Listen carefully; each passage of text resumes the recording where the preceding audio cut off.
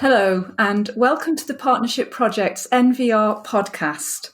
This is Season 3 and podcast number 4. I'm Jill Lubienski. And I'm Peter Jakob.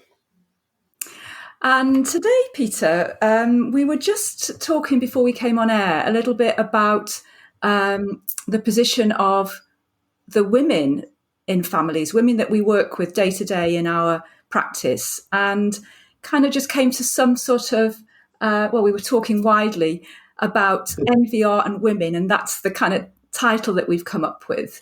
So do you want to just say a little bit about the thoughts that we were having together at this point? Yes, but also just to mention, I liked your comment when we were discussing it beforehand about being able to cover this in 20 minutes. Yeah, I thought we were being very, very ambitious, really. Very ambitious. I think you're right. We should at this point say we're throwing about some ideas together, and we hope it will spark some thoughts with those of you that are listening about your own practice and about what you've been experiencing, maybe in your own lives as well. So, yeah, good point, Peter.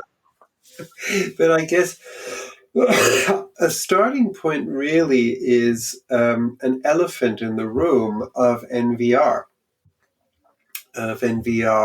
practice, NVR theorizing, discussions at conferences, publications. It seems as if NVR is sort of gender blind. And there seems to be, or I don't think there seems to be, there is an absence of a feminist analysis in NVR, which is strange when you consider the fact that mothers tend to be the targets, for example, of child-to-parent violence to a far greater degree than fathers. When more of the destructive behavior is shown by boys, that raises a lot of questions, which we haven't addressed in NVR so far. No, we haven't. And I was just thinking, Peter, that it was something that came across to me. We went to the conference, didn't we, in Osnabrück? We were there along with some colleagues. Yeah. And, I was quite aware from the start, really, of how male, the whole organisation of the conference had been, the people standing on the platform for most of the time introducing were men. And, obviously women did come into the picture, but it was quite striking. And I just wonder how you think that's influenced NVR, the fact that many of the, you among them, I guess, early proponents of NVR are men, aren't they? And many of our inspirational leaders that we talk about are men, Gandhi, Martin Luther King, Alfred Douglas, people like that. And interestingly, some of those inspirational leaders we perhaps don't speak about quite so much anymore, particularly when we think of Gandhi, when we think of the Dalai Lama, because of things that we have learned about them. Whereas I find that the first slide that I now bring up of any of these leaders is one of a woman, Yeah. And I think that's an important shift. But I guess this predominance of men in the NVR field, in the professional field, I don't know where it's come from, apart from the fact that the higher you come in the ranks of any profession, the higher the percentage of men relative to their distribution in the general field there will be. So that is still, of course, a phenomenon. I think it has also probably led to the fact that a feminist analysis is missing. That the female perspective hasn't had enough, or female perspectives rather, haven't had enough conversational space in our professional discussions. Yes, yes. And yet most of my work is with women. And a lot of the time it's with women who are struggling alone, trying to, manage very difficult situations with their boys very frequently. This is something, I kind of, it's hard, isn't it? It's hard to think about how we think, I was talking to you just before we came on air about a family, wasn't I, that I was working with, where there are two parents, but actually they're more elderly, actually in the generational, they're sort of great grandparents, and thinking about how the woman in that family talked very much about her grandchildren or great grandchildren and the battles that she gets into, and how she describes herself as a people pleaser. Yeah. And I was really thinking about that before I got into a discussion with her. I didn't tackle it actually deliberately at the time, because I needed to think about myself a bit more about what that would mean in terms of if I start to go into that place of people pleasing, it speaks to what sits on the surface for me of so many aspects of her identity as a woman. Yeah. Now she's come to me for help with her child. Yeah. What are the permissions I have as a therapist to begin to peel away these layers, which actually, if I do that as a people pleaser, when I'm asking her to maybe start disappointing people, to not do as she feels she should do, to begin to, think about herself and about her own needs. This is all new stuff. Without putting anything in its place, what can NVR offer? If you strip away people's deeply held beliefs, what does NVR offer in the place of those things? We're asking her to do certain acts, to step back from escalation, to not be this person that's drawn in, to not be pleasing her children, which doesn't please anybody. Everybody's irritated and angry. But at the same time, do I have permission? Is this what she's signed up for? How do I negotiate that? I don't know. Well, gosh, I wish I knew an easy answer to that. But can I share something that comes to my mind? Yeah. Because you also mentioned, and you've just sort of touched on that just now, that whilst on the one hand she feels, and it's deeply ingrained in her sense of self, in her sense of who she is, that she is under an obligation to please the people around her. At the same time, she often feels resentful and angry and irritated and sees herself as irritable. And it strikes me that the patriarchy is harmful to women in the first instance, and to males, to female and male people, or people of all genders. People in the family will, of course, notice her irritability. They will notice that she does not enjoy a lot of interaction with them. And that will be to their detriment as much as it is, well, maybe not as much, but as it is to hers. So what strikes me is that people-pleasing part of who she feels she is seems to be problematic for all involved.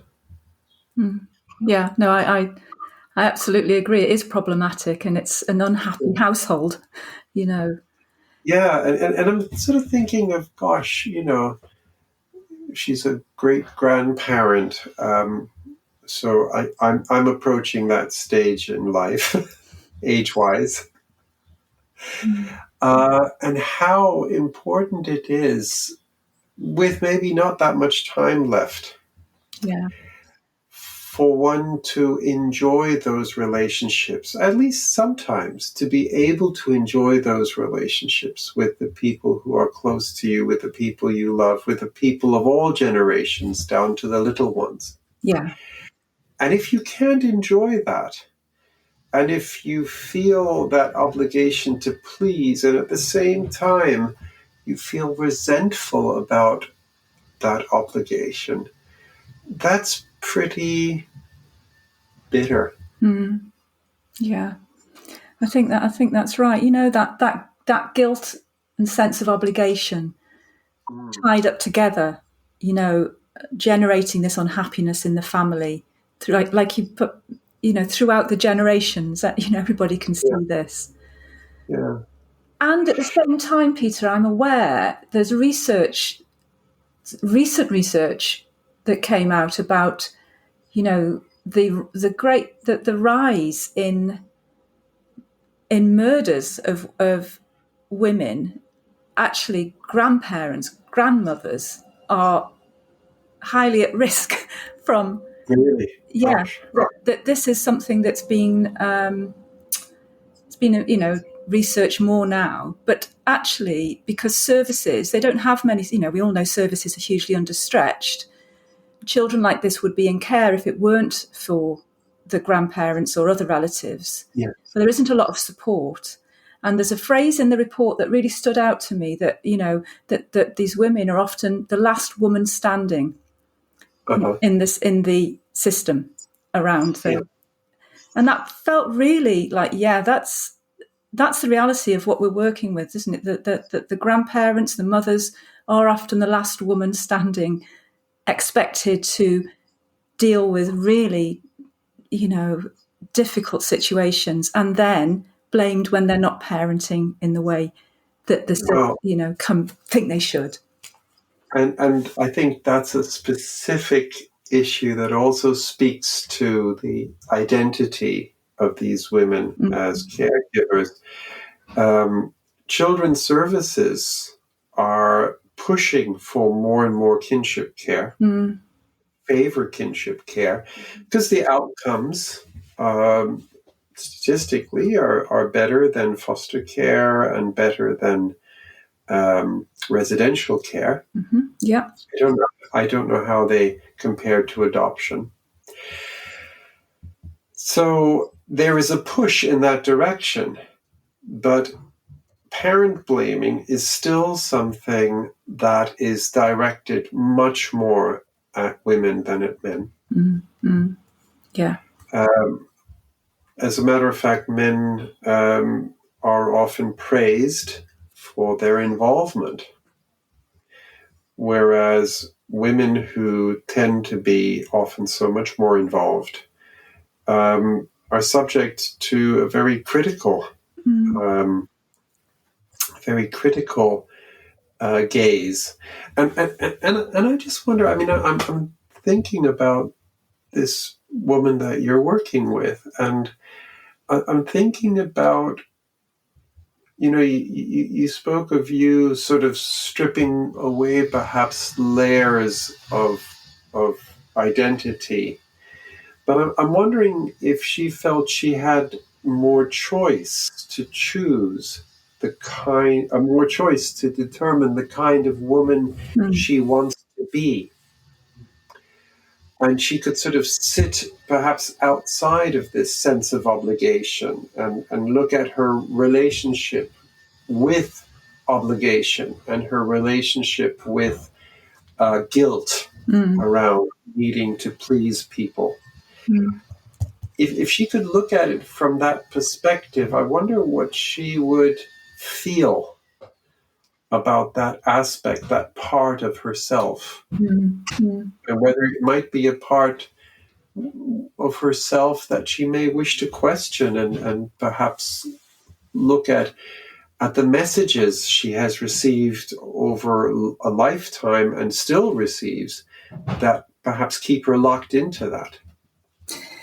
Yeah, I think that's interesting, because I was just thinking then that, if we think about, whose voices we hear, who makes us who we are, and when she's saying, I'm a people pleaser, I'm wondering which people, who's in her head, who is she thinking of specifically? It could be a long dead mother of her own, Yeah, for example.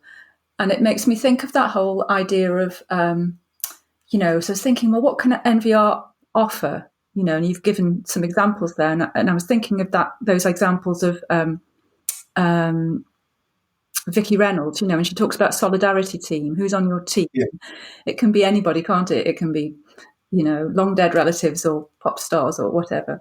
And, yeah. what it might be like to talk to this parent, this great grandmother, about, who those voices are and which other voices might benefit from being amplified more, that might give her a sense that she's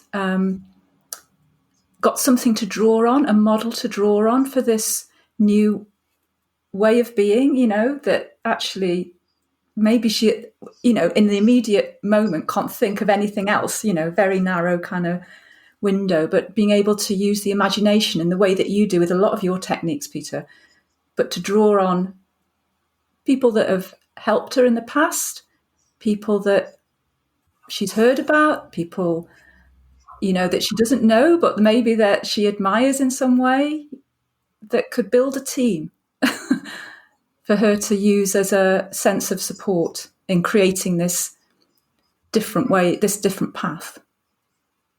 What an intriguing thought. You're sparking my imagination, and I'm just wondering what kind of messages that haven't been so much part of her own internal community Mm-hmm. might come center stage. Because I guess that messages that have kept her locked into being a people pleaser have taken center stage, as opposed to other messages which may have been more peripheral or more excluded. I was just thinking of the very term people pleaser. That in and of itself carries negative connotations, doesn't it? As if there's some kind of weakness, as if there's something wrong with her, Yeah. And yet, So it's almost like it adds insult to injury, doesn't it? absolutely. And yet, we'd love people to be happy, to feel that what we want to have is where we kind of feel that we have an ability to matter to others, isn't it? And you've written a lot about mattering, where you feel that there is care and kindness and pleasure in relationships. Yeah. So I think that's an important point, actually, that it's a negative connotation, perhaps because of the way that we have a very individualistic society as well. Yeah. You should be doing this on your own. You shouldn't have to rely on anybody else. You shouldn't have to make anybody else happy. I'm forging my path. Yeah. So in a sense, do so is wrong, don't do so is wrong. So there are a lot of mixed messages, and that perhaps keep some people locked into a certain kind of way of being and feeling that they should be, feeling that deep down inside. You mentioned guilt, and I was just thinking of someone, I think it was George Bernard Shaw, who said, "A woman's place is definitely not in the kitchen. A woman's place is in the wrong." And boy, that phrase from George Bernard Shaw, of all people, Yeah. about the power of that kind of psychological constriction, through guilt. And so it would mean, I guess, that in many instances, NVR action by a parent, a grandparent, someone like your client, would need to be embedded in a changing sense of who she is, and that it's okay to be different from how she has been much of her life. Yeah. So perhaps the idea of permission comes into that permission she's given from this solidarity team that Vicky Reynolds mentions, Yeah, yeah. And isn't that a big step for somebody, really, when you think about it and you break it down and, you think about, here is somebody who, when she starts to take a step to not accommodate the demands of her child in some way, for example, she decides not to drive her granddaughter 5 miles to school when there's a school bus stop outside, that she could catch. When she does that, how on so many levels that's breaking so many rules, isn't it? Yeah. For her as a woman, as a grandmother, as a having to tolerate the guilt that will come with that. Inevitably, she's not going to be able to do that and feel great about that. It's.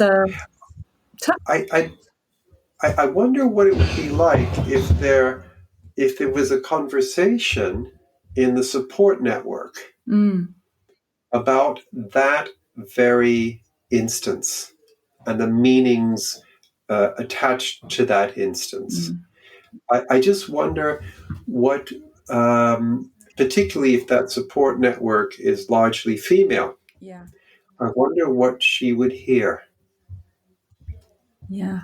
So, and I wonder whether there would be other women who would have an interesting take on that.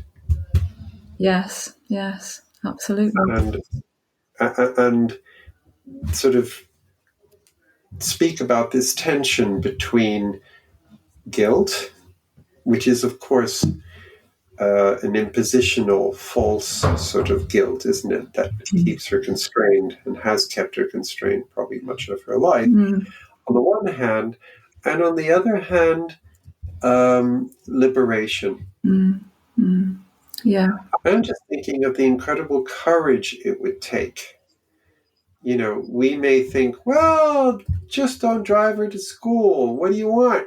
There's a school bus. Silly woman. When actually, the way you describe it, it is huge, isn't it?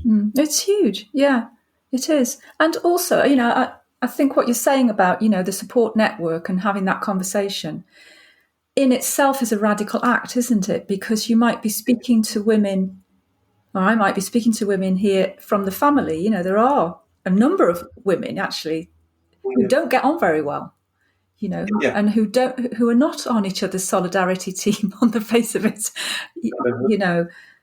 and there might be some work to do on deciding which of those women are most safe to have around, because there's a lot alongside of this is a lot of intrusion into other people's lives in an unhelpful way. Criticism that it's a kind of mirroring of what goes on outside in society. It's brought into the home and repeated amongst people about how awful this is and that person is and this bit of parenting. And so there's a lot of work to be done around which of these women would we have this conversation with, and which messages can counterbalance the messages of blame that elicit guilt and shame. Well, wow. So a very apparently simple step, such as asking the granddaughter to take the school bus rather than being driven, can have such importance, such meaning. And I think this is what we need to look at very closely in NVR, Yeah. the meaning that are attributed to such kinds of action. Yeah. Yeah. And to help us as practitioners to resist that pull into being yet another critical, blaming other. Yeah. Because it would be very easy to be that person in this situation, God, why don't you just do it, Just do it, yeah. But, So, and maybe that means appreciating the courage that is required to take such a step, and appreciating the momentous shift that someone undergoes when they take such a shift that really changes who they are. It does, and it links me back to, and I wish I could remember this is awful, I can't remember the name. There's a statue now in Westminster to one of the early suffragettes, isn't there, with the inscription, courage calls to courage. And I just, think if we're going to be thinking of our inspirational leaders, the suffragettes are well up there, aren't they, in terms of courage and, being able to transgress the accepted rules. And this is what we're asking now, all these years later, in our work with women day to day, is to transgress rules that are set and are ingrained. It's big work, Peter, isn't it? It's not. It is minor stuff, all this. No, it can become very transformative. Okay, well, we could go on, but it's a subject, and perhaps we'll return to it at another time. But Peter, I'd like to thank you very much for giving your time today to talk about this important subject and really raising that issue of how does NVR begin to become more sensitized to, in a feminist way, more there for women. And I think that's a continuing conversation. So thanks very much.